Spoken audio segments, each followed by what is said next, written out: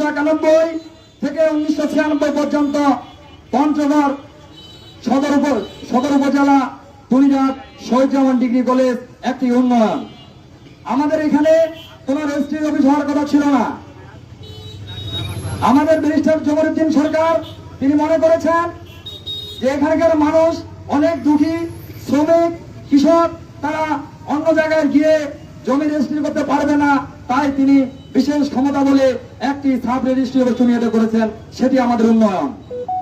আমরা যদি সামনে একটু আগাই দেখব প্রত্যেকটি ইউনিয়নে মডেল ইউনিয়ন পরিষদ নির্মিত হয়েছে, তার সুফল আমরা এখনো ভোগ করতেছি।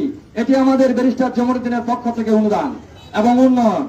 আমরা যদি আরেকটু সামনে যাই আমরা দেখতে পাবেন যে পঞ্চগড় ভোকেশনাল কারিগরি শিক্ষা প্রতিষ্ঠান এই পঞ্চগড়ে হয়নি। ব্যারিস্টার জমরুদ্দিন